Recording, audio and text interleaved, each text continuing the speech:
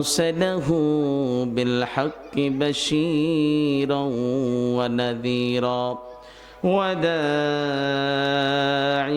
إلى الله بإذنه وسراجا منيرا فقد قال الله تعالى في كلامه المجيد وفي فرقانه الحميد সকলে আবার সঙ্গে পড়ুন আউযু বিল্লাহি মিনাশ শাইতানির রাজিম বিসমিল্লাহির রহমানির রহিম ইন্নাল্লাহা ওয়া ملائكته يصلون على النبي يا أيها الذين آمنوا صلوا عليه وسلموا تسليما اللهم صل على সকলে মহব্বতের সঙ্গে পড়ব ইনশাআল্লাহ ওয়া আলা আলি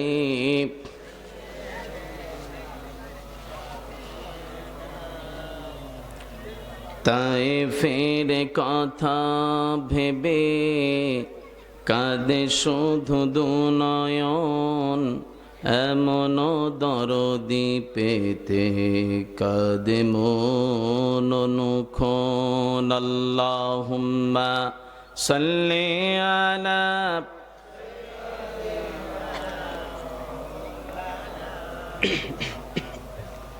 ওয়া আলা আলি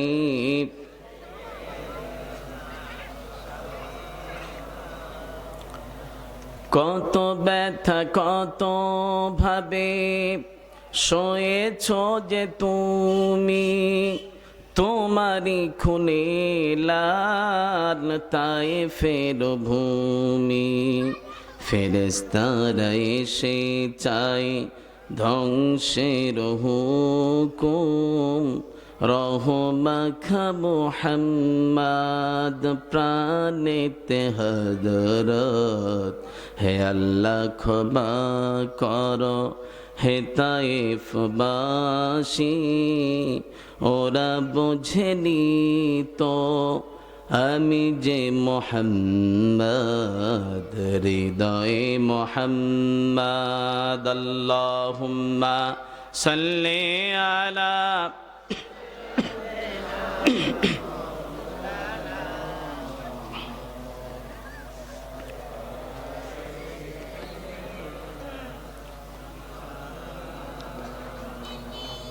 আমাদের প্রভু এক এক নবীর উম্মত জীবন বিধান এক ওই শিবানী কোরআন তবু কেন এক নও হে মুসলমান এক হও করিয়া আহ্বান আমরা পড়ছি আমিন বাইতুল্লাহ এক মদিনা শরীফ এক মসজিদ আকসা এক উহুদ পাহাড় এক বদরের মাঠ এক তবু কেন এক নও হে মুসলমান এক হও করিয়া আহ্বান একটাই জীবন আর মৃত্যু যে একটাই একসাথে মিলে মিশে ইসলাম একটাই তবু কেন এক নও হে মুসলমান এক হও করিয়া আহ্বান আমরা পড়ছি আমিন আল্লাহ তাআলা যেন আমাদের সকলকে কাঁধে কাঁধ মিলে ইসলামের সুশীতল ছায়াতলে আশ্রয় দান করে আল্লাহ সুযোগ দান করায় দেয় পড়ছি আমিন ঐতিহ্যবাহী নওগাঁ জেলার অন্তর্গত বদলগাছি থানাধীন দরিয়াপুর হাফিজিয়া মাদ্রাসার উদ্যোগে ওয়াজ মাহফিল। আজকের এই মাহফিলের সম্মানিত সভাপতি সাহেব আলহাজ মোহাম্মদ দিলবর হোসেন, অত্র মাদ্রাসার সভাপতি, সহসভাপতি করছেন আমজাদ হোসেন, সাবেক মেম্বার। আল্লাহ তাআলা যে সম্মানের চেয়ারে তেনাদেরকে বসিয়েছেন, এই সম্মান নিয়ে যেন বাকি হায়াতটুকু কাটিয়ে দিতে পারে, আল্লাহ কবুল করে নেন, পড়ছি আমিন। আজকের এই মাহফিলের প্রধান অতিথি জনাব মোহাম্মদ ফজলে হুদা বাবুল সাহেব, আপনাদের এই এলাকার কৃতি সন্তান, অত্যন্ত চমৎকার পূর্ণ ইসলামের পক্ষ নিয়ে কথা বলেছেন। আল্লাহ তাআলা ভাইজানকে জনকল্যাণের স্বার্থে কবুল করে নেন, পড়ছে আমিন। আরও রয়েছে বিশেষ অতিথিবৃন্দ আব্দুল হাদি চৌধুরী টিপু, জাকির সাহেব চৌধুরী, আপনাদের এলাকার সম্মানিত চেয়ারম্যান সাহেব, আহসান হাবিব লিটন, শিবলি আক্তার চৌধুরী। আল্লাহ তাআলা ভাইজানদেরকে ইসলামের জন্য জনকল্যাণের স্বার্থে পরিপূর্ণভাবে কবুল করে নেন, তেনাদেরকে সুস্থতা দান করায় দেন, পড়ছে আমিন। আরও রয়েছেন বিশেষ অতিথিবৃন্দ আজকের এই মাহফিলের প্রধান বক্তা মনোয়ার হোসেন জাফরি সাহেব। কিছুক্ষণ আগে একজন আলোচনা করেছেন আমার অত্যন্ত সম্মানিত বড় ভাই হাফেজ মাওলানা মোহাম্মদ গিয়াসউদ্দিন সাহেব। ভাইজান চমৎকারপূর্ণ আলোচনা করেছেন, মাঝে মাঝে যে সঙ্গীতগুলি গাইলেন প্রাণটা জুড়িয়ে যায়। আল্লাহ তাআলা ভাইজানের এই কণ্ঠকে গোটা বাংলাদেশ ব্যাপী পৌঁছায় দেন, পড়ছে আমিন। আল্লাহ তাআলা ভাইজানের সুস্থতা দান করেন, নেক হায়াত আল্লাহ বাড়ায় দেন, পড়ছে আমিন। আরও রয়েছেন আমন্ত্রিত হযরত উলামায়ে কেরাম, মুরব্বিয়ানে ইজাম, অত্র এলাকা এবং পার্শ্ববর্তী এলাকা থেকে আগত, বিভিন্ন মসজিদ থেকে আগত আইম্মায়ে মাসাজিদ, তো খুতবায়ে মাসাজিদ, তো মুকাররম উলামা, আমার সামনে উপবিষ্ট বিভিন্ন মাদ্রাসা, স্কুল, কলেজ, ইউনিভার্সিটি শিক্ষাঙ্গন থেকে আগত আসাতিজা, সম্মানিত শিক্ষক মণ্ডলী, আমার সামনে উপস্থিত আমার অতি কাছের, অতি নিকটের, অতি মহাব্বতের, হৃদয়ের গহীনে যাদের স্থান, মনের মণিকুঠায় যাদের জায়গা, হিরক্ষণ্য চাঁদের সৌন্দর্যকে হার বানিয়ে দেয়, তারুণ্যের উচ্ছ্বাস নিয়ে, যৌবনের উদ্দীপনা নিয়ে আগত ইসলাম ও মুসলমানদের চরম দুর্দিনের সেফহে সালারের দায়িত্ব ভার পালনকারী খালিদ বিন ওয়ালিদ রাদিয়াল্লাহু তাআলা আনহুর উত্তরসূরি গাজী সালাউদ্দিন আইয়ুবী, জামালউদ্দিন আফগানি রহিমাহুমাল্লাহর উত্তরসূরি তারেক বিন জিহাদ, মোহাম্মদ বিন কাসেম রহিমাহুমাল্লাহর উত্তরসূরি আমার দিনদার, ইমানদার, পরহেজগার, কলিজার টুকরা দরিয়াপুরের যুবক ভাইয়েরা, সেরে তাজ, মাথার মুকুট সমতুল্য শ্রদ্ধেয় ভাজন মুরব্বী বাবারা, স্নেহের কচিকাচা তলবুল ইলম ছাত্র ভাইরা, পর্দার অন্তরাল অবস্থানরত মা খাদিজাতুল কুবরা রাদিয়াল্লাহু তাআলা আনহার উত্তরসূরি মা আয়েশা সিদ্দিকা রাদিয়াল্লাহু তাআলা আনহার উত্তরসূরি আমার দিনদার, ইমানদার, পরহেজগার মুসলিমা মুমিনা মা এবং বোনেরা, মহান রব্বুল আলামিনের আলিশান দরবারে লাখো কোটি শুকর আদায় করছি, নত শিরে সুজুদ পেশ করছি যে মহান রব্বুল আলামিনের অশান্তময় পৃথিবীর অশান্ত পরিবেশ থেকে আমার আপনার মতো অযোগ্য গুনাহগার নালায়েককে পছন্দ করিয়া নবী করিম সাল্লাল্লাহু আলাইহি ওয়াসাল্লামের ভাষায় জান্নাতি বাগানে, উলামায়ে কেরামের মজলিসে তথা তাফসিরুল কোরআনের মাহফিলে বাওয়াত বা আজমাত বা মোহাব্বত শামিল হওয়ার সুযোগ দান করে দিয়েছেন।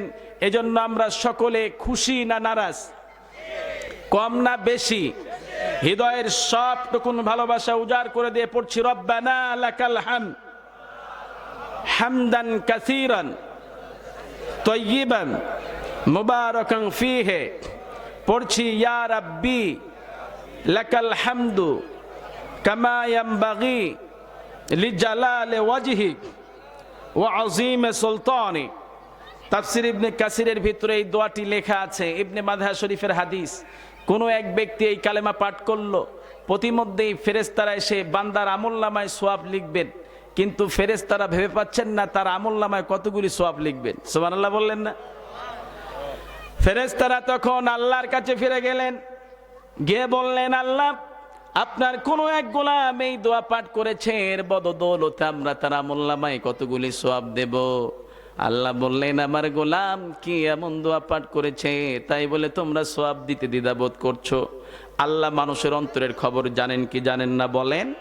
আল্লাহু আলিমুম বিদাতিস সুদূর, মানুষের অন্তরে কি পোষণ হয় না হয় সব কিছুর খবর একজন জানেন, তিনি কে? আরো জোরে আওয়াজ দিয়ে বলতে হবেন কে? ওই আল্লাহ বান্দার প্রশংসা শুনতে ভালোবাসেন।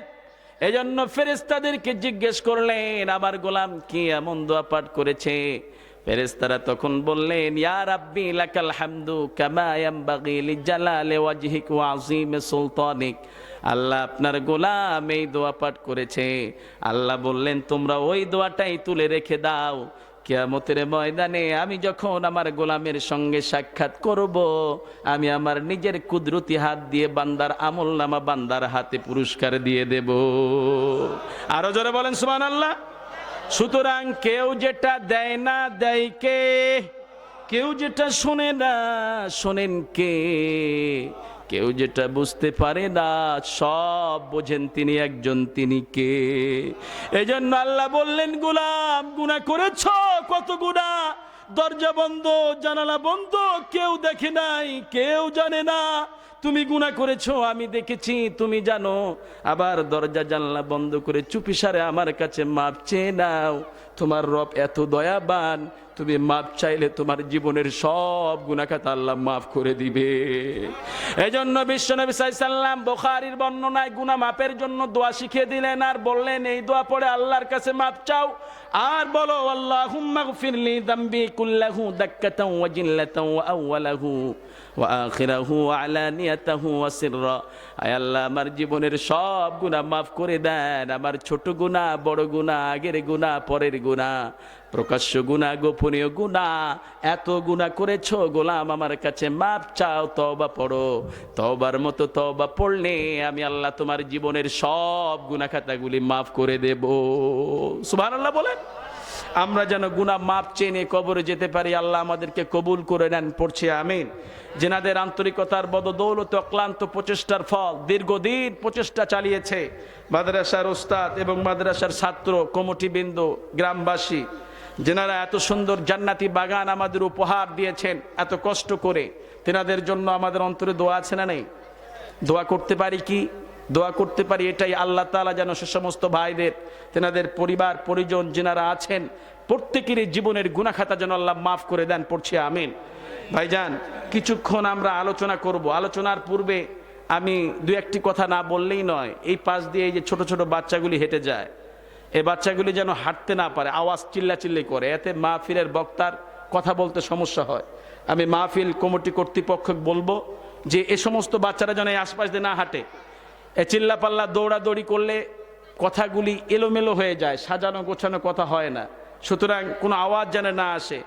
আর আমি উদারত আহ্বান দিয়ে অন্তরস্থল থেকে সে সমস্ত ভাইদেরকে ডাকতেছি যেনারা এখনো বাজারে আড্ডায় লিপ্ত আছেন, প্রয়োজনীয় কাজ সেরে মেহেরবানি করে মাহফিলের সামিয়ার নিচে বসে পড়েন। জানি না আগামীকালের সূর্য আপনার ওই দুইটি চোখ দেখতে পাবে কি পাবে না। কোরআন অর্ধেক পড়ার সওয়াব পাওয়া যায় এমন সূরা আছে নাকি? সাহাবী রাদিয়াল্লাহু তাআলা চুপ করে আছেন। এবার বিশ্বনবী সাল্লাল্লাহু আলাইহি সাল্লাম সেই সূরাটি বলে দিলেন। সেটি কোন সূরা বলেন তো? না, হয় নাই।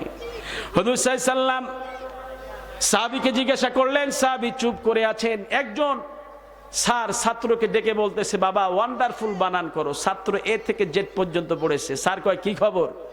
কয়, স্যার ওয়ান্ডারফুল বানান করতে যে যে অক্ষর লাগে আমি বলে দিয়েছি, আপনি নিয়ে নেন। সুতরাং এতগুলি মানুষ আছেন, একটা করে সূরা বলতে লাগলে, নাম বলতে লাগলে তো একটা লেগেই যাবে। হুজুর সাল্লাল্লাহু আলাইহি সাল্লাম বললেন, এই 3 সূরা যার আমলের মধ্যে থাকবে। আবার হুজুর এটাও বলেছেন, আর একটি সূরা আছে, ওই সূরার কথাও তাফসীর ইবনে কাসিরের ভিতরে এসেছেন। কিন্তু বিশ্বনবী বললেন, এই 3টি সূরা যার আমলের মধ্যে থাকবে সে ব্যক্তি কোনোদিন গরীব হবে না। সুবহানাল্লাহ বিহামদি। এবার বিশ্বনবী সেই সূরাটি পড়ছেন, ইযা যুলজিলাতিল আরদু জিলজালাহা ওয়া আখরাজাতিল আরদু আসকালাহা ওয়া ক্বালাল ইনসানু মা লাহা ইয়াওমা ইযিন تحدث أخبارها بأن ربك أوحى لها يومئذ يصدر الناس أشتاتا ليروا أعمالهم فمن يعمل مثقال ذرة خيرا يره ومن يعمل مثقال ذرة شرا يره। সুবহান আল্লাহ। কার কথা? কার? আর আওয়াজ দিয়ে বলেন, কার? মানতে রাজি আছেন? দেখি কে কে মানবেন না, দোকানে হাত তুলে দেখেন তো। আমি বলছি মানবেন না কারা কারা? যারা উঠিয়েছেন মহাব্বতের ঠেলায়, কেননা অন্তর তো চায় না যে মানবে না এমন বলে নাকি বলেন? সকলের অন্তর চায় আমরা আল্লাহকে মানতে চাই, আল্লাহর সব কিছু আমরা স্বীকার করে নিতে, ঠিক কিনা বলেন? আমরা দেখেন আপনারা একটা চিন্তা করে দেখবেন যে কুরবানি যখন মানুষ দেয়, কত বড় কুরবানি দিলেন, আল্লাহ ওইটার দিকে তাকান না, আল্লাহ তাকায় আপনার তাকওয়ার দিকে। আপনার তাকওয়া যদি ঠিক থাকে আল্লাহ ওইটা কি প্রাধান্য দেন, ঠিক কিনা বলেন? আমরা যদি আল্লাহকে না মানি আল্লাহর কি কোনো ক্ষতি হবে? আর আমরা মানলে বুঝে আল্লাহর অনেক লাভ হয়ে যাবে, তাই না? আমাদের লাভ হবে। আল্লাহ বলছেন হাদিসে কুদসি, সারা পৃথিবীর মানুষ যদি আমাকে সেজদা করে আমি আল্লাহ আমার কিচ্ছু বাড়বে না, আর সারা পৃথিবীর মানুষ যদি আমাকে সেজদা ছেড়ে দেয় আমি আল্লাহ আমার কিছু কমবেও। আমি গানিউন হামিদ, আমি সব প্রশংসায় প্রশংসিত, আমি কারো মোকাপেক্ষী নয়, গোটা পৃথিবী আমার মোকাপেক্ষী, ঠিক না বা ঠিক? আমরা আল্লাহকে মানলে আমাদের লাভ আছে না নাই? কি লাভ? আল্লাহ বলছেন কি লাভ? লা ইন শাকারতুম لأزيدنكم ولئن كفرتم إن عذابي لشديد। যদি তুমি আমাকে ডাকো আমি আল্লাহ তোমার সব নিয়ামতগুলি বাড়িয়ে দেব। আরে কি নিয়ামত বাড়িয়ে দিবেন বললেন না? কি গোলামের মনে চায় সেটি জানেন কে? আওয়াজ দিয়ে বলেন কে? আপনি কি চান? আপনি চান নেম, আপনি চান সেম, আপনি চান যশ, আপনি চান খ্যাতি, আপনি চান মানুষের কাছে প্রশংসা, ঠিক না ব্যাঠিক? কথা বলেন না কেন? এই জন্য একজন লোক দেখবেন প্রথমে ব্যবসায়ী হয়, ব্যবসায়ী হওয়ার পরে যখন অনেকগুলি টাকা হয়ে যায় মনে আশা জাগে টাকার মালিক তো হইলাম, লোক জেনে তো। এখানে যারা আমরা এসেছি কে আগামীকাল হারিয়ে যাব, মৃত্যুবরণ করব, এই গ্যারান্টি আমাদের মাঝে আছে? এখান থেকে বাড়িতে ফিরতে পারবো কি পারবো না এই গ্যারান্টি আমরা দিতে পারি না। কত মানুষ হাসপাতালের বেডে অসুস্থের যন্ত্রণায় কাতরাচ্ছে, কত যুবক এক হাত এক পা প্যারালাইজড হয়ে মুখটা বেঁকা হয়ে গিয়েছে, উচ্চ আওয়াজে আল্লাহকে ডাকতে চায় তাও ডাকতে পারে না। আল্লাহ তাআলা আমাদেরকে সুস্থ রেখে এই জায়গায় আসার সুযোগ করে দিয়েছেন, এজন্য আমরা খুশি না নারাজ? ওই আল্লাহর বড়ত্ব ঘোষণা করতে আমাদের অন্তরে কোনো কি প্রণতা আছে? রাজি আছি তো ইনশাআল্লাহ? যা আমরা এতদিন পারি নাই, দীর্ঘ 14, 15 কিংবা 16 বছর ধরে আল্লাহর উচ্চ আওয়াজ, আল্লাহর জমিন, আল্লাহর আকাশ, ওই আল্লাহরই কথাবার্তায় আমরা চলি, আল্লাহর ইশারায় চলি, সে আল্লাহর নাম উচ্চ আওয়াজে বলতে পারি নাই। আজকে এই মাহফিল থেকে উচ্চ আওয়াজ দিয়ে আমরা দেখিয়ে দিতে চাই যে এই দরিয়াপুর এলাকার বাসীর মানুষগুলি আল্লাহ তোমাকে কতটা মহব্বত করে, তা শুধু অন্তরেই নয় বাস্তবেই তা প্রমাণ করতে চাই। আমরা রাজি আছি ইনশাআল্লাহ? দুখানা হাত আমার সঙ্গে উঁচু করে দেন, টান টান করে দেন। নিল্লাহে তাকবীর, নিল্লাহে তাকবীর, নারে তাকবীর। আল কোরআনের আলো, পিছন দিক থেকে আওয়াজ চাই ভাই। আল কোরআনের আলো, আল হাদিসের আলো, নারে তাকবীর। আল্লাহ কবুল করে নেন, পড়ছি আমিন। নিভানো ঈমান জাগ্রত হয়ে উঠেছে, আল্লাহ তাআলা যেন এমন আওয়াজ নিয়ে বাকি জীবনটা কাটার তৌফিক দান করেন, পড়ছি আমিন। মুসলমান ভাইরা আমার, যে সমস্ত ভাইরা আজকে ঘুরতেছেন বাইরে বাজার বন্দরে, এরা তো কোরআনের মহব্বত তাদের অন্তরে নাই, কোরআন তো পড়তেও পারে না, আবার কোরআন শুনতেও চায় না, নিজেকে মুসলমানের সন্তান বলে দাবি করে, এমন নালায়েক নির্বোধ মুসলমান আমাদের সমাজে আছে না নাই? দেখবেন চায়ের ক্যান্টিনে বসে, আপনাদের এই সুরকালি বাজারে চায়ের ক্যান্টিনে বসে দুইজন যুবক মুসলমান পরিচয় দেয়, চায়ের ক্যান্টিনে বসে চা খাচ্ছেন, একজন আর একজনকে নিয়ে তর্ক করতেছেন। চায়ের ক্যান্টিনে বসলে তো যত তর্ক চায়ের ক্যান্টিনে হয়, যত গপ্প আছে, আর চায়ের দোকানদার হয় মুফতি সাহেব, ফতুয়া দেয়। তো যাই হোক, চায়ের ক্যান্টিনে বসে দুইজন চা খাচ্ছেন, একজন আর একজনকে বলতেছেন, তুই জানিস তোদের এই দরিয়াপুর কিংবা ফয়দাবাস কিংবা পার্শ্ববর্তী যে মাদ্রাসা আছে, এই মাদ্রাসায় বড় জোর কয় পাড়ার হাফেজ আছে? 10 পারা, 20 পারা, 30 পারা, এর ঊর্ধ্বে তো তুই আর হাফেজ খুঁজে পাবি না। তুই এখান থেকে গিয়ে নওগাঁ গিয়ে দেখ, কিংবা পোরশা বড় মাদ্রাসা গিয়ে দেখবি, কিংবা বগুড়া মাদ্রাসা গিয়ে দেখবি, ওখানে যে মাদ্রাসার ছাত্রগুলি আছে ওরা 30 পারা কোরআনের হাফেজ নয়, 50 পারা 70 পারা কোরআন পর্যন্ত হাফেজ আছে। আফসোস, মুসলমানের সন্তান কোরআন কয় পারা এটাও জানে না, এমন নামধারী মুসলমান সমাজে আছে না নাই? বিশ্ব নবীর পরিচয় দেয়, নিজেকে আশেক বলে দাবি করে, কিন্তু নবীজির পরিচয় বায়োটা দিতে পারে না, এমন মুসলমান আমাদের সমাজে আছে না? নবীজির উম্মত বলে দাবি করে। আপনাদের এলাকায় তাবলিগ জামাতের লোকজন আসে, তো এই তাবলিগ জামাতের লোকজন আসতেছে, কিছু কিছু লোক আছে তাবলিগ জামাতের লোকজন দেখলে দৌড় দেয়, একজন আর একজনের ধাক্কা দেয়, সভাপতি সাহেব কয় ভাগ, কয় কেন, না ভাগলে তোরে ধইরা মসজিদে নামাজ পড়তে নিয়ে যাবে। এরকম লোকও আছে। তো তাবলিগ জামাতের লোকজন ফজরের নামাজ পড়ে বের হয়েছেন, তারা মানুষদেরকে দাওয়াত দিবেন, দিনের দাওয়াত। প্রতিমধ্যে একজন মুরব্বী চাচা ফজরের নামাজ না পড়াই কাঁধে কোদাল নিয়ে এইরকম গ্রামগঞ্জে দাওয়াত দিতে এসেছেন, কাঁধে কোদাল নিয়ে জমিনে যায় খনন করতে, দাড়ি মোছ সব পেকে গিয়েছে। মুরব্বী চাচার সঙ্গে দেখা, চাচা যান, আসসালামু আলাইকুম ওয়া রাহমাতুল্লাহ, আপনার উপরে আল্লাহর রহমত এবং শান্তি বর্ষিত হোক। মুরব্বী চাচা সালামের জবাব দেয় আলাইকুম সালাম, মানে তোমার উপরে গজব বর্ষিত হোক। যাই হোক, সালামের পর বসে, চাচা যান, কই যান, কয় জমিনে যায় খনন করতে। বাপ যান, ফজরের নামাজ পড়েছেন, কয় না পড়া হয় নাই। বাপজান, দাড়ি মোছ সব পেকে গিয়েছে আপনার, আজ বাদ কাল কবরের ডাক আসতে পারে, কোন সময় মালাকুল মউত এসে অ্যাটাক করতে পারে, আপনি পরকালের চিন্তা করবেন না? দিনের নবী নামাজ কায়েম করতে গিয়ে উহুদের ময়দানে দন্দান মোবারক শহীদ হয়েছেন, তায়েফের ময়দানে গোটা গা থেকে রক্ত ঝরিয়েছে। যেই নবী উম্মতের জন্য এত কষ্ট করলেন, কথায় কথার সাপেক্ষে কথা এসে যায়। চাচা যান বলেন তো আমাদের শেষ নবীর নাম কি? মুরব্বী চাচা বলে, বাপ জান, আমি গ্রামের মুখ্য সূক্ষ্ম লোক, শহর বন্দরের সব খবর কি আমাদের কানে আসে? আগে তো শুনেছিলাম আমাদের নবীর নাম ছিল বড় পীর আব্দুল কাদের জেলানি, এখন নতুন করে যে কে নবী হয়েছে আমি বলতে পারবো না বাপু। আফসোস, দুঃখ লাগে। অথচ কবরে যাওয়ার পরে প্রশ্ন করা হবে, মা কুনতা তাকুনু হাদার রাজুম, বিশ্বনবীর ছবি দেখানো হবে, এই লোকটিরে চেনো? যদি ইমানদার হয়ে যায় বলে দিবে হাদা নবিউনা মুহাম্মদ সাল্লাল্লাহু আলাইহি ওয়াসাল্লাম। বেঈমান হলে বলবে হাই আতালা আদরি, আমি চিনি না ইনিকে, আমি জানি না ইনিকে। কিংবা বলে দিবে এটা আমার অমুক নেতা টাকলা মুরাদ, কিংবা বলবে কাউয়া কাদের, কিংবা বলবে ওই যে ভষ্টা নষ্টা মামে স্টেজের উপরে উঠে মানুষকে দেহ দুলিয়ে দুলিয়ে কিছু টাকা উপার্জন করতো মমতাজ, ওই নর্তকী নেতা। কেননা দুনিয়ার জমিনে মমতাদের সঙ্গে তার মহাব্বত, টাকলা মুরাদের সঙ্গে মহাব্বত। মরার পরে বিশ্বনবীর ছবি দেখানোর পরও বিশ্বনবীর নাম তার মুখে উচ্চারিত হবে না। যার সঙ্গে মহাব্বত করেছিল তার নামই আল্লাহ তার মুখ দিয়ে উচ্চারণ করায় দিবে। ঠিক না বেটে? এজন্য যার সঙ্গে যার মহাব্বত তার সঙ্গে তার কিয়ামত। আমাদের মহাব্বত থাকবে আল্লাহ এবং রসুল, আল্লাহ ওয়ালাদের সঙ্গে। রাজি আছি তো ইনশাআল্লাহ? মুসলমান ভাইরা আমার, এই কোরআন পড়লে আমাদের লাভ আছে না নাই? কোরআন পড়লে লাভ, ধরলে লাভ, শুইলে লাভ, মানলে লাভ, চোখে লাগাইলেও লাভ, কোরআন ধুয়ে পানি খাইলেও লাভ, লাভ আর লাভ। ঠিক কিনা বলেন?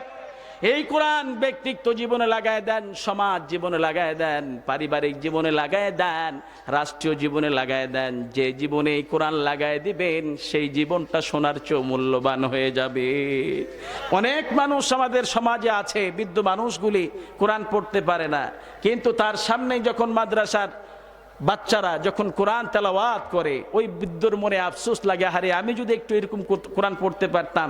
এইরকম আফসোস আমাদের অন্তরে হয় কি হয় না বলে? এই আফসোসগুলি আমাদের মনে জাগ্রত হয়।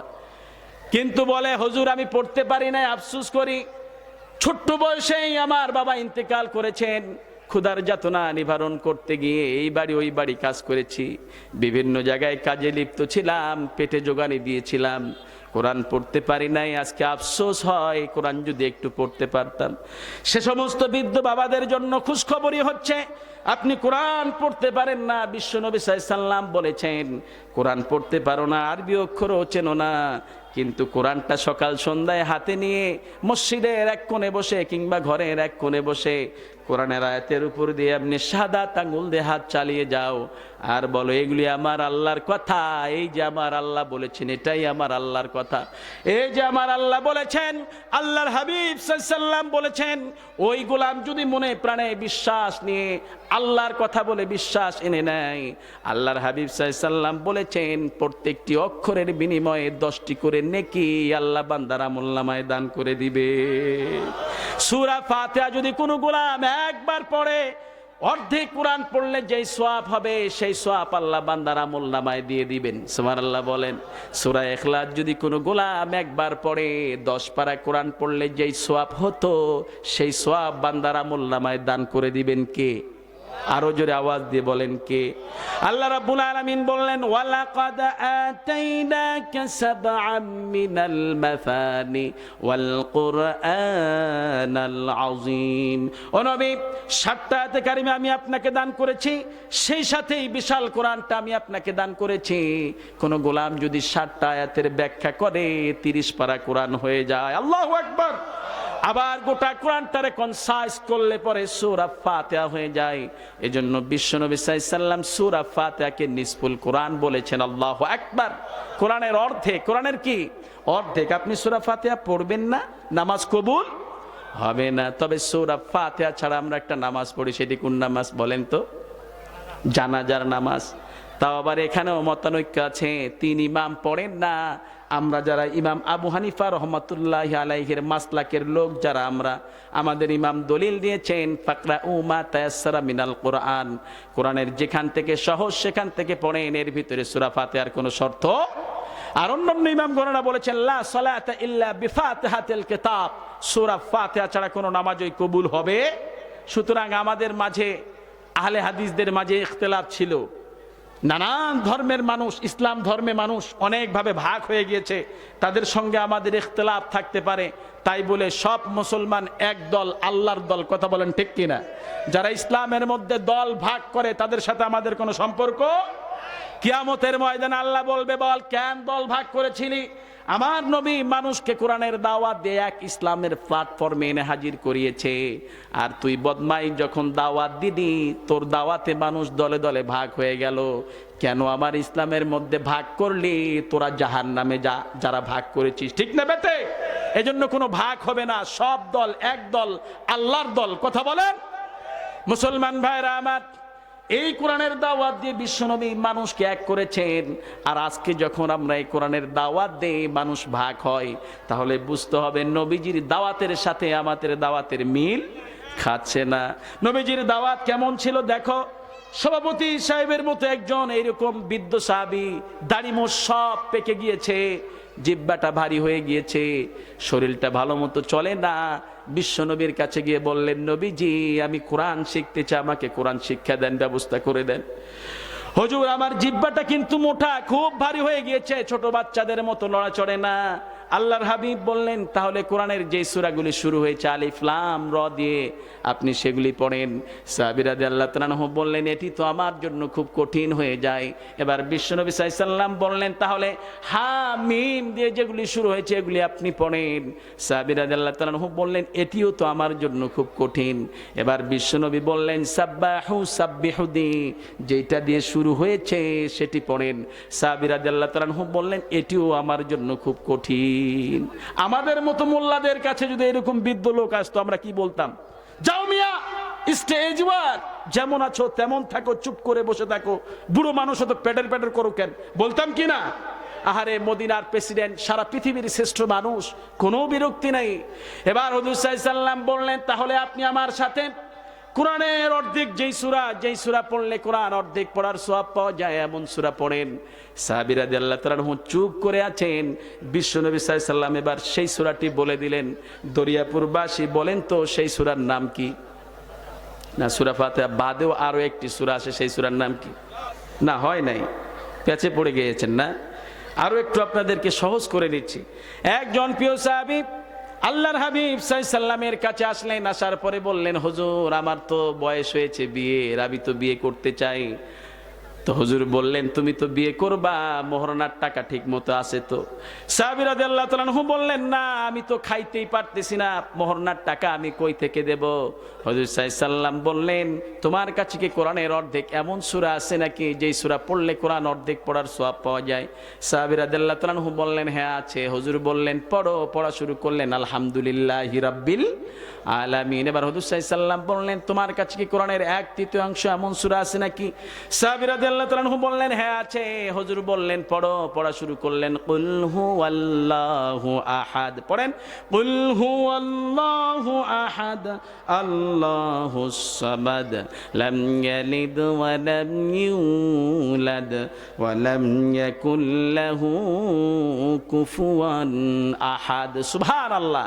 এই যে পড়লেন 10 পারা কোরআন পড়লে যে সওয়াব হতো সেই সওয়াব আল্লাহ আপনার আমলনামায় দান করে দিয়েছেন। সুবহানাল্লাহর জোরে এত কম। এবার হুজুর সাল্লাল্লাহু আলাইহি সাল্লাম বললেন তোমার কাছে কি কোরআনের অর্ধেক? আরো একটি সূরা, যেই সূরা রোজা রাখে নাই। কয়েকজন বন্ধু আছে আমার সাথে গিয়েছিলেন কোন কাজে, কোনো খারাপ কাজের উদ্বোধনীর জন্য গিয়েছিলেন, কিন্তু লাশ হয়ে ফিরে আসলেন। বিবি খানা সাজিয়ে নিয়ে বসে আছেন, হাজার রকমারি খাবার নিয়ে বসে আছেন, স্বামী আর হেঁটে আসে না, খাটলিয়াতে করে স্বামীর লাশ বাড়িতে পৌঁছে যায়। এমন স্মৃতি আমাদের সমাজে হয় কি হয় না বলে? বিশ্বনবী সাল্লাল্লাহু আলাইহি সাল্লাম বলেছেন তাহিয়ুনা কামা তামুতুন, তুমি যে অবস্থায় মারা যাবা আল্লাহ তোমার সেই অবস্থায় তুলে নিবেন। তোমার মৃত্যু যদি হয় মসজিদের দিকে রওনা হওয়ার সময়, তোমার মতো খুশনসিব আর কারো নাই। আর তোমার মৃত্যু যদি হয় নামাজরত অবস্থায়, আল্লাহর কিয়ামতে তুমি সেই দিন তসবিহ গুনতে গুনতে উঠে যাবে। তোমার মৃত্যু যদি হয় এমন এক অবস্থায় যে অবস্থাটাকে তোমার রব আল্লাহ তাআলা পছন্দ করেন না, তাহলে তোমার মতো হতভাগ্য দুর্ভাগার কেউ নাই। ঠিক না বেটে? কিসের পৃথিবী? কেন এসেছি? Why A game here, what's my purpose here? কেন এসেছি এই প্রশ্নের জবাব আজকে আমরা নিয়ে যাব। রাজি আছি তো ইনশাআল্লাহ? পৃথিবী আজকে হতাশ, শুধুমাত্র মুসলমানরা ছাড়া। আল্লাহু আকবার বলেন। পৃথিবীর কোথাও আলো নেই, দুইটি জায়গা ছাড়া। বিজ্ঞানীদের বড় বিজ্ঞানী নীল আর্মস্ট্রং, তিনি চাঁদে গেলেন, গিয়ে বাইনোকুলার দিয়ে পৃথিবীর দিকে তাকালেন। বিজ্ঞানীদের বড় বিজ্ঞানী। এখন যদি যুবক পোলাপানদের যদি আপনি বলেন ও যুবক বড় বিজ্ঞানীর নাম বলো, সর্বপ্রথম চাঁদে যে অবতরণ করেছিল তার নাম কি?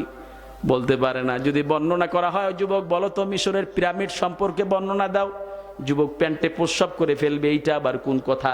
কেননা এইটা তো যুবকের দোষ নয়, যারা শিক্ষার মসনদে বসা ছিল ওই সমস্ত সব বেয়াদবগুলি বাবার কিচ্ছা নানার কিচ্ছা 32 নম্বর বাড়ি আর 33 নম্বর হোকার টান কেমনে গাঞ্জা খাইতো সবগুলি সিলেবাসে দিয়ে আমার যুব সমাজের মস্তিষ্ককে তারা বিগড়ে দিয়েছে। কথা বলেন ঠিক না ব্যাটে?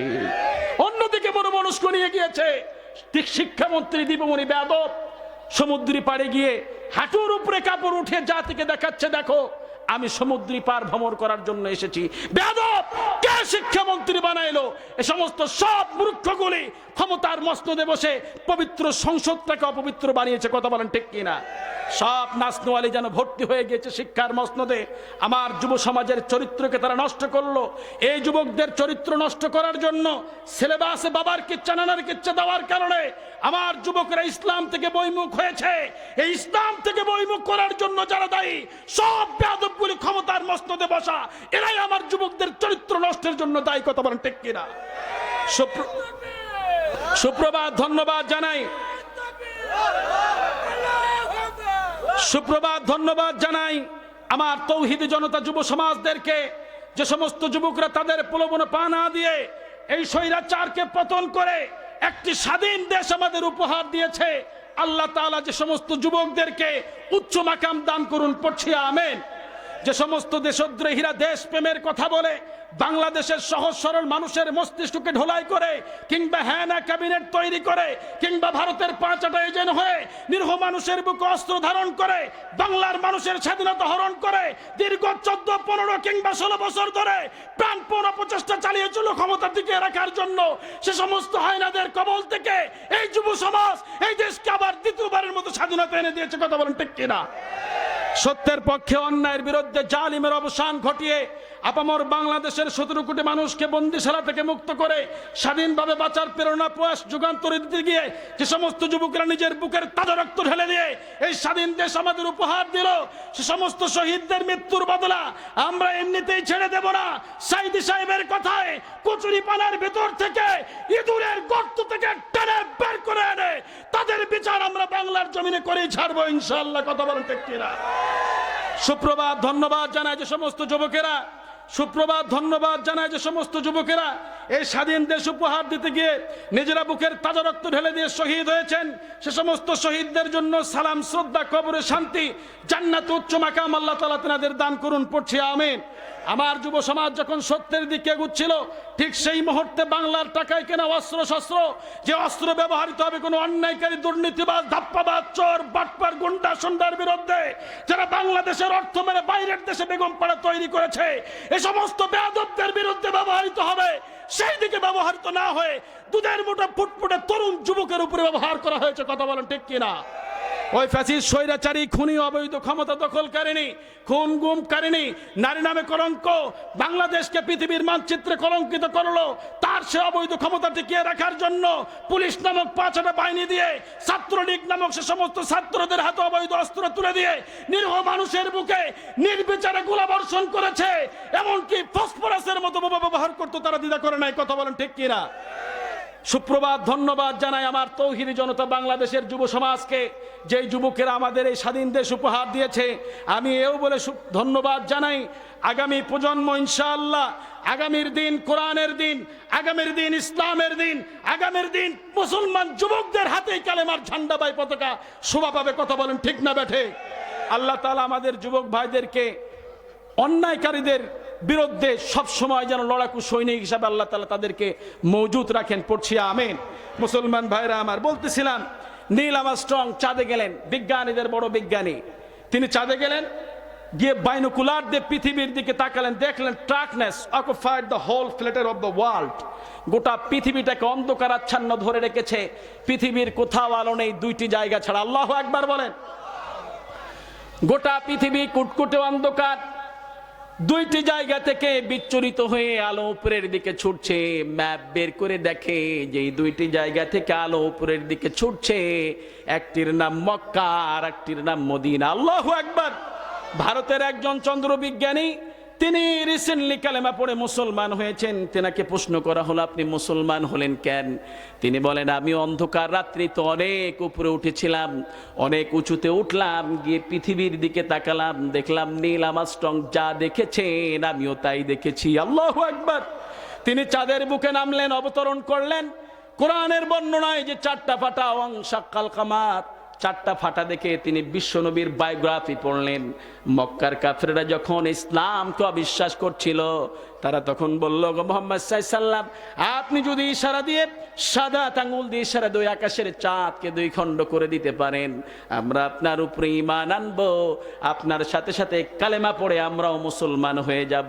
বিশ্বনবী সাল্লাল্লাহু আলাইহি সাল্লাম ওয়াংশাক্কাল কমার বলে ওই আকাশের চাঁদকে ইশারা করলেন, আকাশের চাঁদ 2 খণ্ড হয়ে গেল।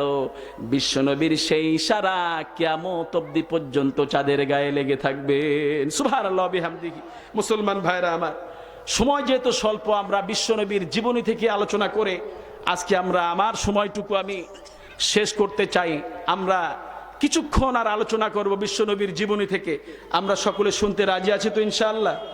আল্লাহ তাআলা আমাদের সকলকে বিশ্বনবীর মহব্বত কলিজায় রেখে বাকি জীবনটি কাটানোর তৌফিক দান করুন, পড়ছি আমিন। অনেক মুসলমান নিজেকে নবীর আশেক বলে দাবি করে, কিন্তু নবীজির পরিচয় দিতে পারে না, এমন নালায়েক মুসলমান আমাদের সমাজে আছে না নেই? যুব সমাজকে যদি বলা হয় ভারতের হলিউড বলিউডের সুপারস্টার তারকা তারিকের নাম বলো, তাদের 14 গোষ্ঠীর বায়োডাটা বলে দিবে, কিন্তু বিশ্বনবীর পরিচয় দিতে পারে না, এমন নির্বোধ নামধারী মুসলমান আমাদের সমাজে আছে না? আচ্ছা বলেন তো, আমাদের নবীর নাম কি? মুহাম্মদ সাল্লাল্লাহু আলাইহি ওয়াসাল্লাম। নবীজির দাদার নাম কি ছিল? আব্দুল্লাহ। দাদার নাম ছিল আব্দুল মুত্তালিব, বাবার নাম ছিল আব্দুল্লাহ। নবীজির মায়ের নাম হচ্ছে আমেনা, দুধমার নাম হচ্ছে হালিমা সাদিয়া। কিন্তু নবীজির আরো একজন মা আছেন, যিনি 1 নয় 2 নয়, এক এক করে 50 বছর অবধি পর্যন্ত বিশ্ব নবীকে 2 চোখের আড়াল হতে দেয় নাই। এমন একজন নারী দুনিয়ার জমিন থেকে বিশ্ব নবীর মুখ দিয়ে শুনেছেন, নবীজি বলেছেন যে, মা আপনি চিন্তিত হবেন না, আপনার জন্য আল্লাহ রাব্বুল আলামিন জান্নাতের মধ্যে বালাখানা তৈরি করে দিয়েছেন। সুবহানাল্লাহ বিহামদিহি। যিনি মা আমেনা নিজেই বলেছেন, বোন আমার সন্তান আহমদ, বিশ্বনবীর নাম প্রথমে ছিল আহমদ, আমার সন্তান জন্মের আগেই বাবাকে হারিয়েছেন, এখন তার চোখের সামনে মাকে হারাইতে যাইতেছে। আমার সন্তানের আপন বলতে কেউ রইল না, আজ থেকে তুমি তার বা, তাকে ছেড়ে কোথাও যেও না। মা আমেনা নিজেই স্বীকৃতি দিয়েছেন ওই মহিলাকে। ওই মহিলার কপালে বিশ্বনবী চুমু খেয়েছেন। সাহাবায়ে কেরামদের মাঝে বলেছেন, সাহাবীরা শোনো, আমি আমার মায়ের আদর আমার কিসমতে জোটে নাই, কিন্তু এমন একজন মা আমি পেয়েছি যিনি মায়ের চাইতেও কোনো অংশে কম নয়। সুবহানাল্লাহ বিহামদি। সেই নারীর নাম হচ্ছে বারাকা। কিশোরী বারাকাকে দাস ব্যবসায়ীরা, মক্কার দাস দাসী বেচা কেনার বাজারে বেচতে নিয়ে আসেন। যখন ছোট ছিলেন বেচতে নিয়ে আসেন। কুরাইশ সর্দার আব্দুল মুত্তালিবের ছেলে আব্দুল্লাহর বিবাহের কথাবার্তা চলছিল মদিনার অন্যতম আব্দুল ওয়াহাবের মেয়ে আমেনার সাথে। আমেনার সেবার জন্য আব্দুল মুত্তালিবের ছেলে আব্দুল্লাহ কিশোরী বারাকাকে দাস বাজার থেকে কিনেছিলেন নববিবাহিতা স্ত্রী আমেনাকে উপহার দেবেন বলে। বারাকার জীবন এমন ছিল, অল্প বয়সী পিতামাতার ভালোবাসা থেকে বিচ্যুত হয়ে পড়লেন। দাসী হিসাবে তিনি বাজারে বিক্রি হয়ে গেলেন। কিন্তু অন্যান্য দাস দাসীর তুলনায় বারাকার জীবন ছিল হাজারো লক্ষ গুণে ভালো। কেননা মা আমেনা ছিলেন খুব বড় মনের অধিকারিণী। তিনি বারাকাকে কখনো নিজের দাসী হিসাবে দেখেন নাই, বরং সঙ্গী অপেক্ষ সাথী হিসাবে গ্রহণ করেছিলেন। সুবহানাল্লাহ বিহামদি। নবীজির পিতা আব্দুল্লাহ মাতা আমেনার বিবাহ সম্পূর্ণ হয়ে গেল। বিবাহের 2 সপ্তাহ পর নবীজির দাদা আব্দুল মুত্তালিব তেনার নববিবাহিতা ছোট ছেলে আব্দুল্লাহকে বললেন, মক্কা থেকে বাণিজ্য কাফেলা সিরিয়ার উদ্দেশ্যে রওনা হয়ে যাচ্ছে, তুমিও কিছু দ্রব্য সামগ্রী নিয়ে তাদের সঙ্গে ব্যবসার জন্য রওনা হয়ে যাও। নবীজির পিতা আব্দুল্লাহ ছিলেন দেহ ভয়াবহ, আরবের অন্যতম সুদর্শন যুবক, সুস্বাস্থ্যমান আর বলিষ্ঠ। তেনার আচার ব্যবহার ছিল দৈহিক সৌন্দর্যের মতোই। এমন লোককে স্বামী হিসাবে পেয়ে মা আমেনা নিজেকে ধন্য সৌভাগ্যবতী মনে করতেন। কিন্তু বিবাহের 2 সপ্তাহ পর স্বামীর সঙ্গ হারাইতে হবে এটি মোটেও চিন্তা করেন নাই। মা আমেনা স্বামী আব্দুল্লাহর হাতটা ধরে আড়ালে নিয়ে যায়, ডাক দিয়ে বলল, স্বামী আমার হাতের বিবাহের মেহেদির রং এখনো শুকিয়ে যায় নাই, এই বিচ্ছেদ বেদনা আমি কেমন করে সইব? ও স্বামী, আমি কেমন করে সইব? মা আমেনা এই সিদ্ধান্তে ছিলেন মর্মাহত। তিনি তেনার স্বামী আব্দুল্লাহকে সিরিয়ার উদ্দেশ্যে যাইতে দিতে চেয়েছিলেন না। নবীজির পিতা আব্দুল্লাহ যখন সিরিয়ার উদ্দেশ্যে রওনা হয়ে যায়, মা আমেনা আত্মচিৎকার আর চেতনাহীন অবস্থায় জমিনে লুটে পড়ে জ্ঞান হারিয়ে ফেলে। সেই সময় যিনি মাথায় পানি ডাললেন নিত্যদিনের সঙ্গী বারাকা রাদিয়াল্লাহু তাআলা আনহা। জ্ঞান ফিরে আসার পর আমেনা ডাক দিয়ে বলল, ও সঙ্গী বারাকা, বোন আমার, আমাকে একটু ধরে বিছানায় শুইয়ে দাও, দাঁড়াইতে পারি না, দুর্বল হয়ে পড়েছি। মা আমেনাকে ধরে বিছানায় শুইয়ে দেওয়া হলো। সেই থেকে মা আমেনা শয্যাশায়ী জীবন আরম্ভ করে দিলেন। কেউ কোনো প্রশ্ন করলে ইশারা আশারায়, চোখের ভাষায় কেবল প্রশ্নের উত্তর দিয়ে থাকতেন। কেবল শ্রদ্ধেয়বৃদ্ধ আব্দুল মুত্তালিব যখন নিজের পুত্রবধূর কাছে আসতেন অসুস্থতার কথা জানার জন্য, সেই সময় মা আমেনা হাজারো কষ্ট হইল নিজের শ্বশুরের সম্মানার্থে তিনি শোয়া থেকে বসিয়ে পড়তেন। সুবহানাল্লাহ বললেন না? যেই সময় মা আমেনা নিজের শ্বশুরকে সম্মান দিয়েছেন, ওই যুগের নাম ছিল জাহিলিয়াতের যুগ, অন্ধকারের যুগ, বর্বরতার যুগ, অসভ্যতার যুগ, নোংরামির যুগ। আর বর্তমান সমাজে সার্টিফিকেটের কোনো অভাব নাই। অনেক শিক্ষিতা মহিলা আছে, LLB কমপ্লিট করেছে, মাস্টার্স ডিগ্রি পাস করে সার্টিফিকেট নিয়ে এসেছে। এমন শিক্ষিত মেয়ে, বেয়াদব মেয়ে, শ্বশুর শাশুড়িকে সম্মান করতে পারে না। মুরব্বি কেরাম দেখলে মাথায় কাপড় দেয় না, এমন বেটার বউ বেয়াদব আছে না নাই? আরো জোরে আছে না নাই? আছে মানে কি ঘরে ঘরে আছে, প্রায় ঘরে দেখা যায়। বেয়াদব শ্বশুর শাশুড়িকে সম্মান দিতে পারে না, চেয়ারের উপরে পা উঠা এক পায়ের উপরে আর এক পা দিয়া বসে থাকে, মুরব্বি আসে সালামও দেয় না। আছে না এমন? এ সমস্ত বেয়াদবগুলি নিজেকে শিক্ষিত দাবি করে। দেখা যায় যে শিক্ষার সব অকশরীয় সরা পড়িয়েছে, কিন্তু দেখা যায় যে আদব কায়দা শেখে না এমন মেয়েও আমাদের সমাজে আছে। দোষটা হলো কার? দোষটা হলো আপনার। আপনি পিতা, আপনি যুবক, এমন একজন মেয়েকে বিবাহ করেছেন ধলো চামড়া দেখে। ওই মেয়ে আপনার কথা শোনে না। যখনই কোনো কিছু শাসন করতে যান, পর্দাপোষিতায় রাখতে চান, তখনই মুখের উপরে কথা বলে বলে তোর ভাত খাবো না। হাজারো পুরুষ আমার দিকে কামুকের মতো তাকিয়ে থাকে। এখন পুরুষ শাসনও করতে পারে না, হাত গুটিয়ে বিলাইয়ের মতো লেজ গুটিয়ে বসে থাকে। কেননা বউ হারাইলে তো বউ পাওয়া যাবে না, এই চিন্তা ফিকির নিয়ে শাসনও করে না। আছে না নাই? কিছু কিছু মেয়ে আছে গ্রামে মহল্লায় কাউয়ার মতো কাঁকা করে চিল্লায় আর হাঁটে। আছে না? বেয়াদব। এরা হলো শয়তানের পাতানো ফাঁদ। এ সমস্ত বেয়াদবগুলি দেখবেন যে সমাজে প্রপাগান্ডা ছড়ায়, সমাজে অশ্লীলতা ছড়িয়ে বেড়ায়। আল্লাহ তাআলা এই সমস্ত বেপরদা নারী থেকে আমার এই যুব সমাজকে, এই মুসলমান ভাইদেরকে হেফাজত করুন, পড়ছে আমিন। আপনি এমন একজন নারীকে বিবাহ করবেন, এ সমস্ত বেপরদা নারী যদি ঘরে নিয়ে আসেন, ওরা কথায় কথায় আপনার মুখের উপরে তর্ক করবে। আপনি বলবেন একটা, ওরা বলবে আর একটা। এমন পরিবার আছে না? দেখা যায় আপনি স্বামী, আপনার মর্যাদা অনেক, আপনি বলতেছেন একটা, শুনতেছে আর একটা, আপনার কথায় প্রাধান্য দেয় না। জেলে একটা মাছ ধরেছেন নদীতে, বিশাল বড় কাতলা মাছ। জেলের জীবন দশা এত বড় মাছ জেলে জীবনও দেখেও নাই, ধরেও নাই। এই প্রথম পেয়েছে এত বড় কাতলা মাছ। ওই মাছটা নিয়ে রাজ দরবারে গিয়েছেন, রাজার খুব প্রিয় খাবার ছিল মাছ। রাজা ওই মাছটা পাওয়ার পরে মহা খুশি, এত বড় মাছ, রাজা তো কোনোদিন এত বড় মাছ খায় নাই। জেলে যখন রাজাকে হাদিয়া দিয়েছেন, রাজা খুশি হয়ে জেলেকে 100 স্বর্ণ মুদ্রা পুরস্কৃত করেছেন। জেলে তো খুশি, টাকার লোভে যায় না, এমনিতে 100 স্বর্ণ মুদ্রা পেয়ে গেল। জেলে টাকা নিয়ে চলে আসবেন, প্রতিমধ্যেই পাশের সিটে বসা ছিল রানী। রানীর ডাক দিয়ে বলল, রাজা আপনি এটা কি করলেন? কয় কেন? আপনি একটি মাছের বদলে তারে 200 টাকা 100 টাকা দিয়ে দিলেন। বড় জোরেই মাছ বাজারে উঠাইলে 10 টাকা দাম হতো, মানে অনেক টাকা। আপনি রাজা মানুষ, খুশি হয়ে তারে 15 টাকা দিতে পারতেন, আপনি খুশি হয়ে তারে 20 টাকা দিতে পারতেন, কিন্তু আপনি 100 টাকা দিয়ে দিলেন। এত দামি মাছ তো আমি বটির তলায় ধরবো না।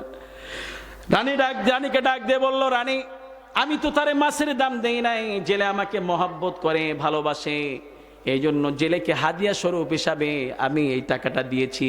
এত বড় মাছ আমি জীবনও খাই নাই, এই প্রথম পাইলাম, খুশি মনে তার 100 টাকা দিয়েছি। রানী বলে, অত শত বুঝি না, আপনি টাকা মাছ ফিরায় দেন, টাকা ঘুরায় নেন।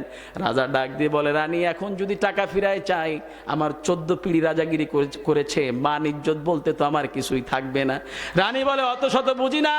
এইবার রাজা বলে, রানী কেমন করে চাই, নিজের লজ্জার একটা বিষয় আছে। রানী বলে, আপনারা আমি একটা বুদ্ধি শিখাই দেই, এই বুদ্ধি দিয়ে ডাকলে জেলে আপনাকে বাধ্য হয়ে মাছ নিয়ে যাবে, টাকা ফিরাই দিয়ে যাবে। রাজার কানে কানে ডাক দিয়ে বলে, রাজা সাহেব আবার একটা বুদ্ধি শিখাই দেয় আপনারে। আপনি জেলেরে ডেকে বলবেন, তোমার এই মাছ পুরুষ মাছ না নারী মাছ? জেলে যদি বলে পুরুষ মাছ, আপনি বলবেন আপনার নারী মাছ প্রয়োজন। যদি বলেন নারী মাছ, আপনি বলবেন আপনার পুরুষ মাছ প্রয়োজন। বাধ্য হয়ে দুইটার মধ্যে একটা বলবেই, জেলে বাধ্য হয়ে মাছ নিয়ে যাবে, টাকা ফিরিয়ে দিয়ে যাবে। রাজা তো মহা খুশি, রানী তোমার মাথায় যে এত বুদ্ধি আমি তো আগে জানতাম না। সুপ্রভাত, ধন্যবাদ দিয়ে জেলেকে ডাক দিল, জেলে এইদিকে আসো। জি মহারাজ, এতদিন যাবত আমার তো বলতে স্মরণ নাই, আমি তো এখন যা তা খাই না, মান বিস্কুইরা খাই, তোমার একটা কথা বলতে স্মরণ নাই। জেলে, আচ্ছা বলো তো তোমার এই মাছ পুরুষ মাছ না নারী মাছ? জেলে এবার থমথম হয়ে উত্তর দেয়, রাজা সাহেব আমার এই মাছ পুরুষ মাছও না নারী মাছও না, আমার এই মাছ হচ্ছে হিজড়া মাছ। উপস্থিত জনগণ কে থামায় কার হাসি? রাজ দরবারে হাসির রোল পড়ে গেল। রানীমাও মুখে কাপড় দিয়ে হাসতেছেন। জেলের এই বিচক্ষণতার উত্তর শুনে রাজা তো মহা খুশি, জেলের আরো 100 টাকা পুরস্কৃত করছে। 200 টাকা নিয়ে জেলে বাড়ি পথে রওনা হয়ে যায়। রানী তো জেলের উপরে তেলে বেগুনে ভেজে আছে। এবার জেলে যখন রাজ দরবারের গেট পার হবে, পার হতে না হতে 1 টাকার একটা কয়েন রাজ দরবারের গেটে পড়ে যায়। জেলে ওই টাকার কয়েনটা তুলে চুমু খায়, কপালে লাগায়, পকেটে ঢুকায়। এইবার রানী তো সুযোগ পেয়ে গেল, রাজা দেখুন আপনার জেলে কত লোভী, 1টি মাছের বদলে তারে 200 টাকা দিলেন, 1টি টাকার কয়েন আপনার রাজ দরবারের গেটে পড়ে গিয়েছে। কত ফকির মিসকিন ওই পদ্মে যাতায়াত করে, তারা না উঠায় নিত। আপনার জেলে এত লোভী, টাকা তুলতেছে চুমু খায়, কপালে লাগায়, মনে হয় জীবনও টাকা দেখে নাই, অত শত বুঝি না, আপনি তারে ফাঁসিতে ঝুলাই দেন। রাজা বলে, ঠিকই তো, এই বেটা জেলে তুই এত লোভী কেন? এইদিকে আয়, তোরে তো শুলিতে চড়াই দেবো, যাবজ্জীবন দিয়ে দেবো। তোর 1টি মাছের বদলে 200 টাকা দিলাম, ফকির মিসকিন কত যাতায়াত করে ওই পদ্মে, তারা নয় উঠায় নিত, তুই টাকা তুললি চুমু খাইলি, কপালে লাগাইলি, এমন বখিলামি করলি, মনে হয় জীবনও টাকা দেখোস নাই, তোরে শুলিতে চড়াই দেব। এবার জেলে ডাক দিয়ে বলে, রাজা মহারাজ আপনি আমারে শুলিতে দিবেন না কোথায় দিবেন, কোনো আমার আপত্তি নাই, তাদের দ্বিধাদ্বন্দ্ব নাই, কিন্তু শেষবারের মতো আমার একটা কথা আপনার শুনতে হবে। আচ্ছা বল, লাশ কথা কি বলবি, বলে ফেল। এবার জেলে ডাক দিয়ে বলে, মহারাজ আপনাকে আমি ভালোবাসি প্রাণের চেয়েও বেশি, জীবন দশায় এত বড় মাছ আমি জেলে পাই নাই, এই প্রথম পাইলাম। আপনি মহারাজ মাছ খাইতে ভালোবাসেন, আপনাকে ভালোবাসি, এই জন্য বাজারে না নিয়ে আপনার কাছে হাদিয়া নিয়ে এসেছি। আপনি মাছের বদলে 200 টাকা দিয়েছেন, টাকার প্রতি কোনো লোভ ছিল না, 1টি টাকার কয়েন আপনার রাজ দরবারের গেটে পড়ে থাকলো, আমার কোনো বালাই ছিল না, কিন্তু আমি চিন্তা করে দেখলাম ওই টাকার কয়েনের মধ্যে আমার রাজা এবং রানীমার নাম লেখা আছে। আছে, ওই পথ দিয়ে কত মানুষ যাতায়াত করবে, তাদের অজান্তে পায়ের তলায় ওই টাকার কয়েন পড়বে, আমার রাজা রানীমার ইজ্জতের হানি হবে, আমি জেলে বেঁচে থাকতে তা সহ্য করতে পারবো না। এই কথা শুনে রাজা তো ব্যাকুব সেজে গিয়েছে, কি বলবে ভাষা খুঁজে পায় না, আরো 100 টাকা পুরস্কৃত করছে। এই 300 টাকা নিয়ে জেলে বাড়ি পথে রওনা হয়ে যায়। এমন এক পর্যায়ে রাজা ঘোষককে ডাক দিয়ে বললে, এই বেটা ঘোষক, এই দিকে আয়। জি মহারাজ। ওই যে ঢোলটা হাতে নে, রাজ্যের ঢোল পিটিয়ে দিয়ে আর বলে দিবি কেউ যেন স্ত্রীর বুদ্ধিতে না চলে, যদি চলে আমি রাজা আমার মতো 100 টাকার জায়গায় 300 টাকা হারাইতে হবে। আজকে বলি মা, মন খারাপ করার কোনো বিষয় নয়। আপনার চাইতে আপনার স্বামীর মর্যাদা আল্লাহ 1 কদম বাড়িয়ে দিয়েছেন। আপনার স্বামীকে আপনি 1000 পরামর্শ দিবেন, কোনো সমস্যা নাই, কিন্তু সিদ্ধান্ত স্বামী দেওয়া লাগবে, ঠিক না ব্যাটিক? যদি নারীর সিদ্ধান্ত নিয়ে পুরুষ চলে, বাংলায় আর জায়গা হবে না, দাদা বাবু ছাড়া কোনো উপায় থাকবে না, ঠিক কিনা?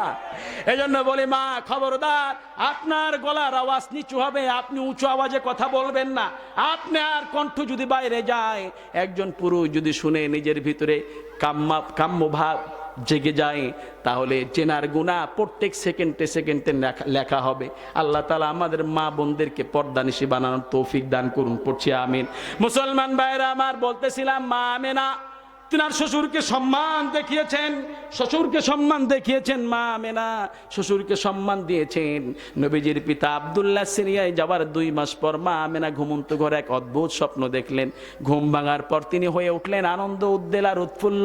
সেই সময় আনন্দ উদ্বেলার উৎফুল্ল হয়ে উঠলেন, নিজের স্বপ্নের কথাটুকু গোপন রাখতে পারলেন না। নিত্যদিনের সঙ্গী বারাকার কাছে ব্যক্ত করে বললেন, ও বারাকা, আমি ঘুমন্ত ঘরে স্বপ্ন দেখলাম, আমার তলপেট থেকে আলো বেরিয়ে আসছে।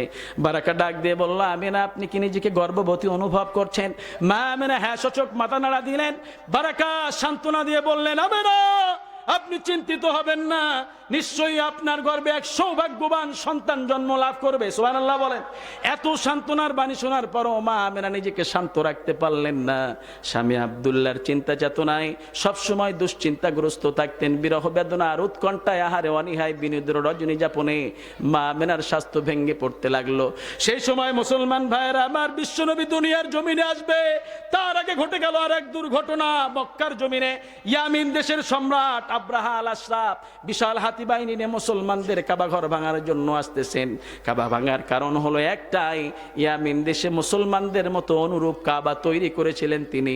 মুসলমানের কাবার রং হচ্ছে কালো, তিনি যে কাবা তৈরি করেছিলেন রং দিয়েছিলেন সোনালী কালার আক্রোশিত রং, যাতে করে তীর্থযাত্রীরা তার কাবায় গিয়ে উপচে পড়ে।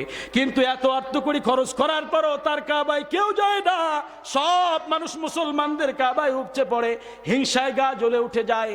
আলেমেরা যখন বক্তৃতা দেয় মুসল্লির জায়গা ধরে না, আর যখন নেতারা বক্তৃতা দেয় মুসল্লি খুঁজে পাওয়া যায় না, টাকা দিয়ে ভাড়া করা লাগে, ঠিক না ব্যাটিক? এই জন্য তো মমতাজ হিংসায় বলেছিল, আজহারির ওয়াজ বন্ধ, আমির হামজার ওয়াজ বন্ধ করো সংসদের মধ্যে, ঠিক কিনা? এই জন্যই মানুষ সাথে পাঠিয়েছিলেন, কোনো কারণে নয়। তারা টাকা দিয়ে মানুষ পায় না। আর মৌলবীরা যখন বক্তৃতা দেয় আল্লাহর কোরআন শোনার জন্য, কোরআন প্রেমিকরা সেই জায়গায় উপচে পড়ে। সুবহানাল্লাহ বলেন। মুসলমান ভাইরা আমার, ইয়ামিনের সম্রাট বিশাল হাতি বাহিনী নিয়ে কাবাঘর ভাঙার জন্য আসতেছেন। কুরাইশ সর্দার আব্দুল মুত্তালিবের কানে খবর পৌঁছে গেল। এক দৌড় দিয়ে কাবার চত্বরে গেলেন, ডাক দিয়ে বললেন, ও কাবাবাসীরা, তোমাদের যার যা কিছু আছে তা নিয়ে তোমরা পাহাড়ের চূড়ায় গুহায় বিভিন্ন জায়গায় লুকিয়ে পড়ো অর্থ করে নিয়ে। যতক্ষণ পর্যন্ত ইয়ামিনের সম্রাট কাবার চত্বর ত্যাগ না করেছে তিনি আমাদের কাবা ধ্বংস করবে। এই ঘোষণা দেওয়ার পরে মানুষেরা সব লুকিয়ে পড়লো। আব্দুল মুত্তালিব এক দৌড় দিয়ে আমেনার ঘরের দরজার পাশে গিয়ে বলল, মা আমেনা, ভিতরে আছো? আওয়াজ আসলো, বাবা কি হয়েছে? ডাক দিয়ে বলল, মা, অর্থ করি যা আছে সোনা গহনা সব নিয়ে আমাদের পাহাড়ের চূড়ায় লুকিয়ে পড়তে হবে। ইয়ামিনের সম্রাট আমাদের কাবা ধ্বংসের জন্য আসতেছে, আমাদেরকে দেখতে পেলে আমাদেরকে খুন করে ফেলবে। মা আমেনা ভিতর থেকে আওয়াজ দিলেন, বাবা, আমি অসুস্থ, ভালো মতো দাঁড়াইতে পারি না, কেমন করে আমি লুকিয়ে পড়বো? আব্দুল মুত্তালিব বলল, যতই কষ্ট হোক না কেন। ভিতর থেকে মা আমেনা আওয়াজ দিলেন, বাবা, একজন গর্ভবতী মেয়ে কেমন করে এই পাহাড়ের চূড়ায় বেয়ে উঠতে পারে, অসম্ভব হয়ে যায়। কিছুক্ষণের মধ্যে আমার সন্তান দুনিয়ার জমিনে জন্ম লাভ করবে, আমার সন্তানের ওসিলায় ওই ইয়ামিনের সম্রাট কাবার কোনো ক্ষতি করতে পারবে না। সুবহানাল্লাহ বলে। আব্দুল মুত্তালিব মা আমেনার মুখে এই কথা শোনার পরে তিনি বিশ্বাস আনতে পারলেন না। ভিতর থেকে আওয়াজ দিলেন, বাবা আপনি অত পেরেশানি চিন্তিত হবেন না, কাবার যিনি মালিক তিনি কাবাকে রক্ষা করবেন, ইয়ামিনের সম্রাট কাবার কোনো ক্ষতি করতে পারবে না। ইয়ামিনের সম্রাট আব্রাহা আল আশরাফ যখন মক্কার 2 মাইল দূরে মুজদালিফা এসে বিশাল হাতি বাহিনী নিয়ে পৌঁছে যায়, সেই সময় আল্লাহ রাব্বুল আলামিন এক ঝাঁক আবাবিল পাখি পাঠিয়ে দিলেন। পাখিগুলি ঠোঁটে করে পাথর নিয়ে তাদের উপরে নিক্ষেপ করতে আরম্ভ করলো।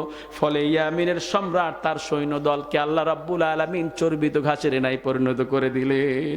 সুবহানাল্লাহ। বাড়ি গিয়ে কোন মুসলমান ভাইরা আমার, ইয়ামিনের সম্রাট যখন শেষ হয়ে গেল, এই নিয়ে আল্লাহ রাব্বুল আলামিন কোরআনে একটা সূরা নাজিল করে দিলেন। আল্লাহ রাব্বুল আলামিন ইয়ামিনের সম্রাটকে কেন্দ্র করে 30 পারায় সূরা দিলেন। একটা সূরাটা হচ্ছে এই, আল্লাহ রাব্বুল আলামিন নবীকে পরক্ষণে জানায় দিলেন, নবীজি আপনি শুনুন, আলাম তারা কাইফা ফাআলা রাব্বুকা বিআসহাবিল ফিল, আপনি কি দেখেন নাই আপনার প্রভু ওই হাতিওয়ালাদের সঙ্গে কিরূপ আচরণ করেছিল? আলাম ইয়াজআল কাইদাহুম ফি তাদলিল, আপনি কি দেখেন না আপনার প্রভু তাদের সমস্ত অপচেষ্টাকে নস্যাৎ করে দিয়েছিলেন? ওয়া আরসালা আলাইহিম তায়রান নাবাবিল, আপনি কি দেখেন না আপনার প্রভু তাদের উপরে ঝাঁকে ঝাঁকে আবাবিল পাখি পাঠিয়েছিলেন? তারমিহিম বিহিজারাতিম মিন সিজিল, ওই পাখিগুলি আগুনের পাকানো কঙ্করগুলি নিয়ে তাদের উপরে নিক্ষেপ করেছিল। ফলে ফাজআলাহুম কাআসফিম মাকুল, তাদের চেহারাগুলি তোমার রব আল্লাহ তাআলা চর্বিত ঘাসের ন্যায় পরিণত করে দিয়েছিলেন। মুসলমান ভাইরা আমার, ইয়ামিনের সম্রাট যখন শেষ হয়ে গেল, সেই সময় কাফেলার লোকগুলি যারা বাণিজ্য কাফেলায় গিয়েছিল, আব্দুল্লাহ নবীজির পিতা আব্দুল্লাহ যে ব্যবসার জন্য গিয়েছিলেন, তারা দলে দলে মক্কার জমিনে প্রবেশ করতে আরম্ভ করলো। আব্দুল মুত্তালিব নিজের সন্তানের খোঁজে কাফেলার লিডারের কাছে গিয়ে বলতেছেন, আমার সন্তান আব্দুল্লাহর কোনো খবর আছে নাকি? এইদিকে মা আমেনা চিন্তিত অবস্থায় বিশ্বনবী দুনিয়ার জমিনে আসবে। সেই সময় মা আমেনা ডাক দিয়ে বলল, ও বারাকা, সকলের স্বামী তাদের স্ত্রীর কাছে গিয়ে পৌঁছে যায়, দেখা করে, সাক্ষাৎ করে। আমার স্বামী আব্দুল্লাহর এখনো কোনো খবর নাই। কেন? বারাকা তুমি আমার শ্বশুরের কাছে যাও। কেননা মেয়েরা যখন বাচ্চা হওয়ার জন্য শ্বশুর বাড়ি থেকে বাপের বাড়ির দিকে রওনা হয়, সকলের কাছ থেকে বিদায় নাই, প্রাণের স্বামীর হাতটা ধরে ঘরের মধ্যে গিয়ে খিল লাগিয়ে দিয়া স্বামীর পা জাপটায় ধরে বলে, স্বামী আমার 2টি বছর সংসার করলাম আপনার সঙ্গে, আপনার উপযুক্ত স্ত্রী হইতে পারি নাই, খেদমত করতে পারি নাই। ও স্বামী, জানি না বাচ্চা হওয়ার জন্য যাইতেছি, স্বামী জীবিত ফিরতে পারবো কি পারবো না এই গ্যারান্টি আমি দিতে পারবো না। আমার মানিকটা যদি বেঁচে থাকে, ও স্বামী মানিকরে কখনো তুমি কষ্ট দিও না। সেই সময় স্বামীর হাতটা ধরে মায়েরা যে সান্ত্বনা পায়, অন্য কারো হাত ধরে এত সান্ত্বনা পায়? কারো সান্ত্বনা পায় না, কারো সান্ত্বনা তার মন প্রসূত হয় না, বাবার সান্ত্বনা হয় না, শাশুড়ির সান্ত্বনা হয় না, ননদের সান্ত্বনা হয় না, স্বামীর সান্ত্বনার প্রয়োজন হয়। মুসলমান ভাইরা আমার, মা আমেনা চিন্তিত অবস্থায় শেষ একটি কাফেলা মক্কার জমিনে ঢুকতে বাকি ছিল। ওই কাফেলাটি যখন চলে আসলেন, আব্দুল মুত্তালিব এক দৌড় দিয়ে কাফেলার লিডারের কাছে গেলেন, গিয়ে বললেন, আমার সন্তান আব্দুল্লাহর কোনো খবর আছে নাকি? কাফেলার লিডার ডাক দিয়ে বলল, তোমার সন্তান আব্দুল্লাহ পথে ইন্তেকাল করেছে, আমরা তাকে সেখানে দাফন করে দিয়ে এসেছি।